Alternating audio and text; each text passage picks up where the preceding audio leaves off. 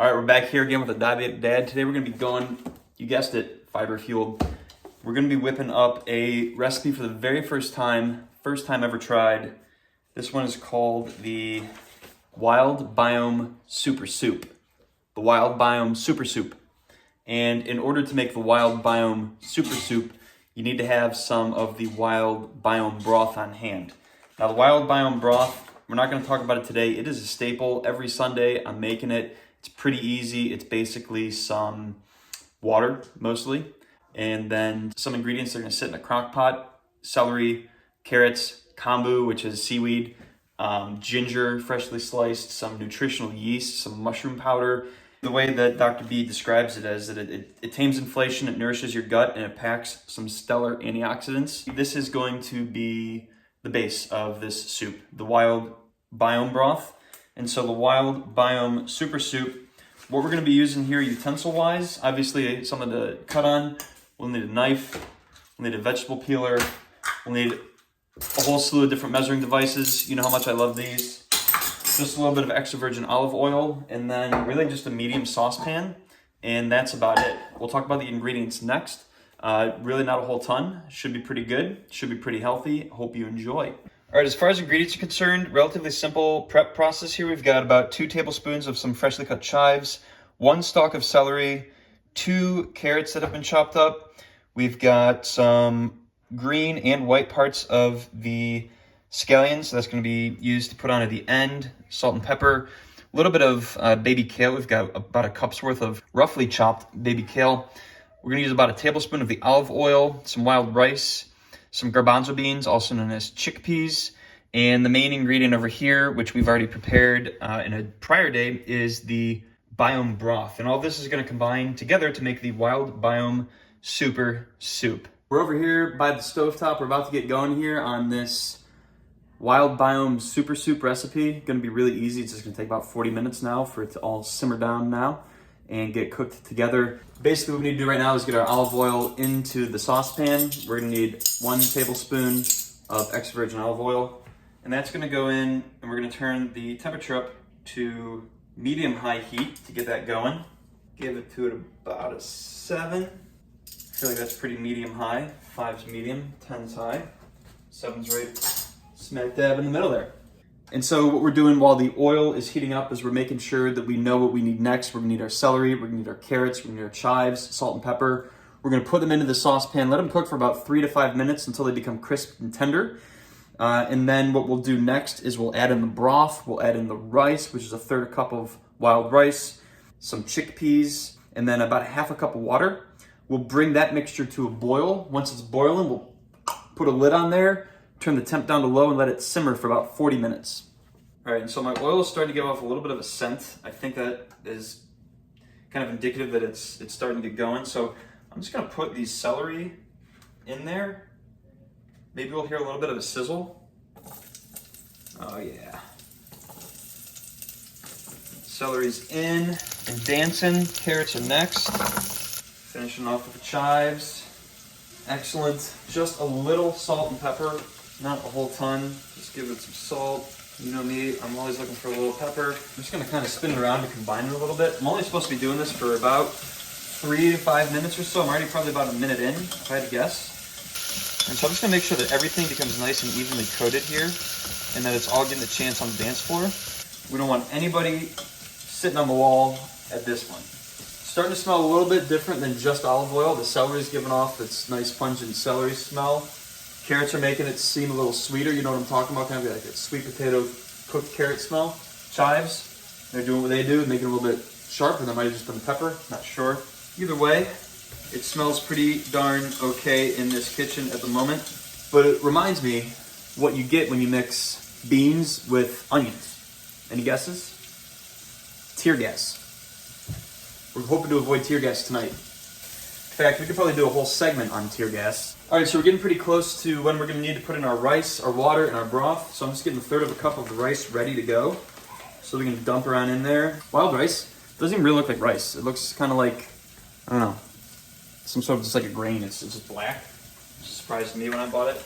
I assumed it was gonna be like, wouldn't it be like a wild rice mixture where you've got like the normal looking rice and then a couple of these ones sprinkled in?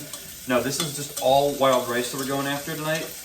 And so we're getting wild. 3 to 5 minutes. I think those veggies are crisp and tender. So what we're gonna do now is add in the broth, the rice, another half a cup of water or so. Broth incoming. That's 1. Just gonna mix it all up. It's been sitting in my freezer since I made it. And so I did have to thaw it earlier, and now I'm just making sure that everything is nice and combined.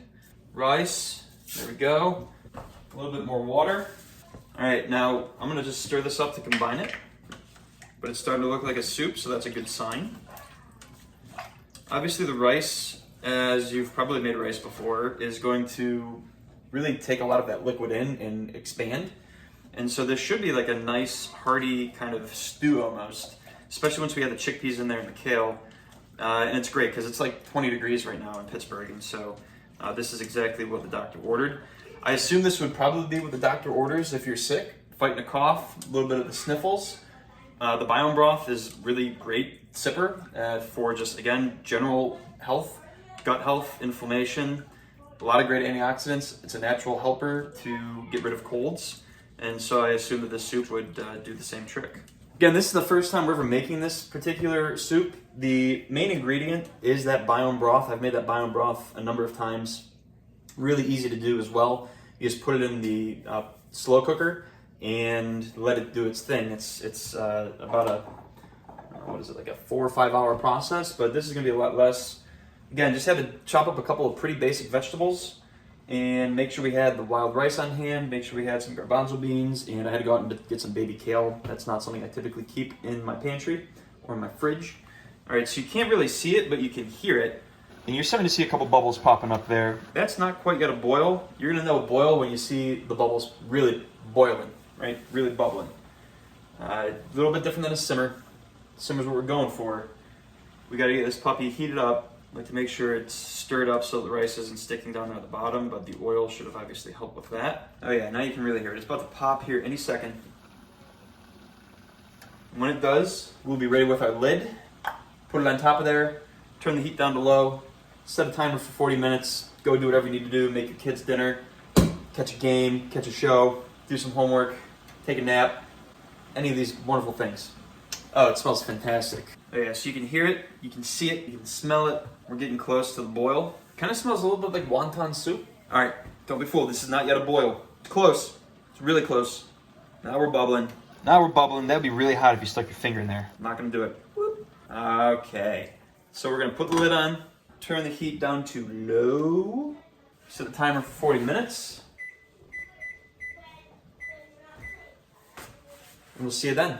All right, so this has been simmering for about 25 minutes now. Kind of looks like it's, you'd think it looks like it's bubbling, doesn't that mean it's boiling? No, the boil was the climax of the heating process. It's still warm. There's still quite a bit of heat transpiring there. It's covered, so that's part of it, but it's set to low. All right, we're about 15 seconds from the timer going off here. We've got our Wild Biome Super Soup simmering. We're about to take the lid off, get hit with some heat, hopefully some good smells as well. Add in the kale, add in the chickpeas. Wait about 5 minutes for that kale to wilt a little bit, and then we'll garnish it with some of those scallions and they'll be ready to go. So here we go, 3, 2, 1. Starting to smell like a little bit of the grain rice smell. I'm not really getting a whole lot else that wasn't there before. Recipe calls for half a cup of chickpeas. I'm doing 2/3 of a cup.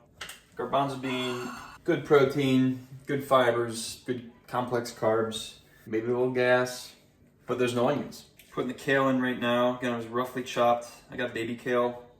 I read somewhere once that like microgreens, baby spinach, baby kale has more nutrients in it than like the full-grown version. Guess there's less time for it to get fat and lazy like I did. The recipe specifically said 1 cup of kale, but I think I got this on New Year's Eve or maybe the day before New Year's, and the grocery store is pretty much empty of most things. Regular old kale being one of them. Again, kale's not really something I typically keep in my kitchen, so I also want to get like the smallest size I could. Maybe there was a bigger size of the regular kale, I don't know. Again, I'm not following my advice here. I'm only making 2 servings worth, which is just 1 batch of this soup. This is the first time I'm making it though, and so that's just kind of a bit of a test the water type thing. The other half of it, have you ever tried to have leftover soup? I don't know, it's not the same. And you gotta make sure you've got a really airtight container. Otherwise you've got soup everywhere, and that's not ideal if you're taking it to work with you. But more than that, it's really just to see if I don't really like this, then I don't want to have to eat it again or have to throw it away. So we're just making one batch, 2 servings. Wife and I are going to try it tonight. The girls are having chicken nuggets and tater tots. I made a couple of those extra just in case. I might be sneaking 1 or 2 of those as well. Sometimes you still got to live, you know what I'm saying? All right, we're at about a minute, maybe 2 minutes in. It's looking a little more soupy, a little less stewy than I think I was anticipating. I'm guessing that this wild rice maybe just doesn't retain as much liquid as the other types of rice do. Either way, I'm sure it's going to be delicious. Certainly very healthy. Good for the gut, good for the microbiome, good for the mind, body, and soul. A little bit of salt and pepper to taste. I'm not a huge salt guy. Pepper, I can add pepper. Don't want to do too much. You can always add more if you want more. All right, so it has been just about 5 minutes that this kale's been in here. Guess it's starting to wilt a little bit. And so we are going to get the soup into some bowls, and we will see how it tastes. Here we go. You can see all the ingredients pretty nicely there. I'm gonna sprinkle a couple of the white and the green on top there. So I guess we do have some onions. We got the beans, got the onions. Let you know about the tear gas. Otherwise, it's another one of the diabetic dad. Hope you enjoy them, okay? Kind of tastes like vegan, very healthy, plant-based Italian wedding soup. Throw in a couple little meatballs in here, and you're gonna have a real nice, hearty treat. It is fine as it is, but it is very much plant-based. And where? But it's pretty delicious. And the bowl.